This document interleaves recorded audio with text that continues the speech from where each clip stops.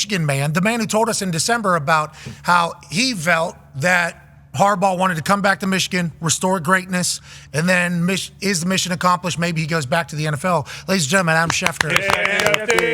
Shefty, thank you for joining us, pal. I ran the clip earlier of what you said and your thoughts on what Jim was potentially thinking when he went back to Michigan. He did that. How clear was the picture that he was going to be a Charger? Because it felt like the entire world was putting him with the Chargers for like the last few weeks. What was the holdup? Was there a holdup? Who inevitably had to make the decision to make it official yesterday at 6:43 via your Twitter account? Well, I think that essentially the Chargers were the team that was most interested in him all along. They had done a ton of work on Jim Harbaugh, were determined to get a deal done with Jim Harbaugh. And the only question really that remained was that the interview with the Falcons was scheduled for Thursday. So was Jim going to get out of the building? Were the Chargers going to get the deal done? And was he going to go on to Atlanta, which I think had some attractive qualities to offer? And ultimately, in the end, the Chargers, I think, stepped up. And before he can get out of the building, before he can get out of L.A., before he can get to Atlanta, they reach agreement on a 5-year deal that keeps Jim in Los Angeles, prevents him from interviewing with the Falcons, who are interested in talking to Jim. And we'll never know how that would have worked out. But in the end, I think the Chargers were the team that really wanted him most, and it showed in the aggressiveness with which they pursued him. Do we normally learn what the number is? You just said 5 years there, and I thought you were potentially going to drop the number, what it is, because Spanos family owns an NFL team. Okay, they're wealthy. This is not a knock on the Spanos family. They certainly have more money than every human that's on this call right now combined, okay? Yep. That is certainly the case.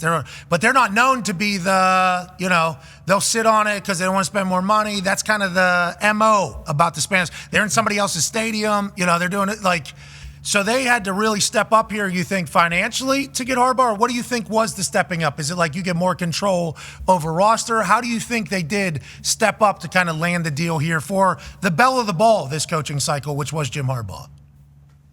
Well, again, I think it's not hard to figure out. Michigan had an offer on the table to make Jim the highest paid coach in college football. It was out there, and he could have taken that at any point in time. But the longer it's just sitting out there and the more he's not taking it, the more you realize that's just not going to happen. He's just not going to go back to school. His work there is done. It's time for him to go to the NFL. And it's really a whole slew of factors. As you mentioned, as we talked about, he had restored the program. He had beaten Ohio State. He had gotten the team to a Final Four. He had won a national championship. He had done everything that he set out to do at that school. He had been there longer than he had been any other place, 9 years. And the money at the NFL coaching level is rising to where whatever Michigan was going to offer, it couldn't match what the NFL was going to offer on two fronts. Number one, the NFL was going to be able to offer more money. Number two, the NFL could offer the chance to compete and try to win a Super Bowl, which Michigan couldn't. So those two factors alone made it such that Jim, I believe, was destined to leave Michigan at this time. This was the right time. I think he knew it. He did a tremendous job focusing in on the task at hand and leading this team to a national championship and answering questions in a way that completely diffused the situation and didn't allow it to be a distraction for the team that won the national championship. And also, I think the way the Michigan alum and Michigan players have handled this is vastly different than what happens in a lot of other places when their coach leaves, especially after winning a national championship. We just got here. He's the first coach in history to leave college after winning a national championship and go to the NFL. So congrats to him for doing that. Mission accomplished as the Michigan man to restore their greatness. Last question about this before we have a question about Carolina, then we'll let you go. We appreciate you making time on this very active Thursday. The passing of the baton from Johnny Root. Just like we said it was. And that's the Sherrone Moore we're thinking. Yeah, I listen, to me. Schefty. Yeah, that's a natural. That's sort of easy to call. And to me, Michigan may look at a few other candidates and it may talk to a few other candidates, but who's better than Sherrone Moore? Who's got it better than Sherrone Moore? Nobody.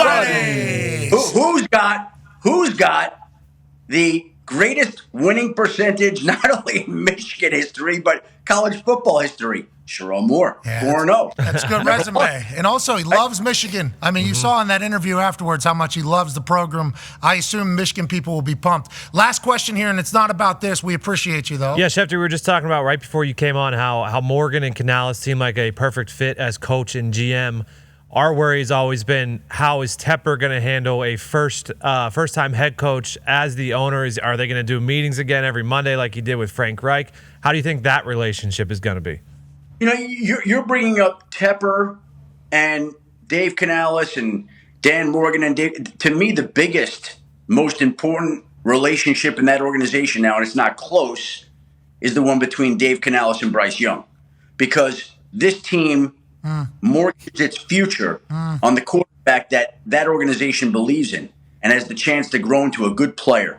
They need somebody who's going to nurture him, allow him to grow, and become the quarterback that they believed he was when they traded up and gave away all those picks to give up to get Bryce Young. And so that is the most important relationship in that organization now. You could take Tepper, you could take Moore, you can take any of these guys, but it's about Dave Canales and Bryce Young and what they do together. And obviously, the Panthers are very impressed with what he did this past year with Baker Mayfield. Dan Morgan knows him from his time in Seattle and knows the kind of attitude that he has.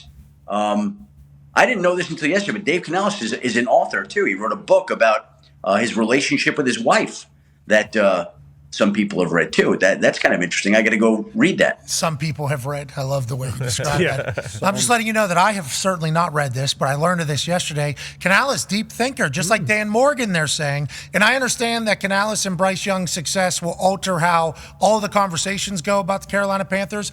But for those of us who have to talk about or get to talk about the NFL every single day, the Tepper relationship with everybody is number one. Just the guy throwing ice on people, the guy calling Monday meetings, the guy firing 6 soccer coaches, 6 football coaches in like 3 years. That's the combo. You're thinking about him like that, and let's not lose sight of the fact that he's one of the single richest men in the entire universe. Okay, he's had unbelievable success, and it hasn't found its way to him in football just yet. And we'll see if it does. But the guy has had truly the Midas touch on everything so far up until this. So let's give him a little bit of time. Yeah. Let's cut him a little slack. I agree. And let's see how it goes going forward. But the guy is more successful than everybody in this universe. And let's see if he could carry it over to the football field. Not everybody. The Waltons came in and said, yeah, you're not the richest in the NFL anymore. We are. But I certainly agree with what you're saying. And one of our favorite Tepper stories is the buying of the executive that didn't give him a promotions house and then tearing it down and building a bigger one. We assume he's going to have success in the NFL, but watching it all take place here, we're lucky to be in this era. Chuck has a quick question about the Harbaugh situation. That's a big deal. Hey, Schefter, good to see you. I know you got to run. Hey, Harbaugh gets hired first. They still got to fill the GM role. Does this mean Harbaugh gets to pick the GM? And if so, who do you think it is? Well, they just completed a second interview with Brandon Brown, the Giants' assistant general manager. So clearly he's got serious consideration. And I also just think that Joe Ortiz, who has worked in the Baltimore front office for a long time, also obviously would be another finalist. He's there today talking to the Chargers as well. He would have the John Harbaugh blessing and stamp of approval. And Joe Ortiz is batting last, which I think a lot of times is a big advantage in interviews like this. Brandon Brown's wrapped up his second, is going to be a GM in this league. We don't know whether it's going to be now or with another team, but his turn is coming. But I like Joe Ortiz's position, having a relationship with John Harbaugh and batting last in LA right now.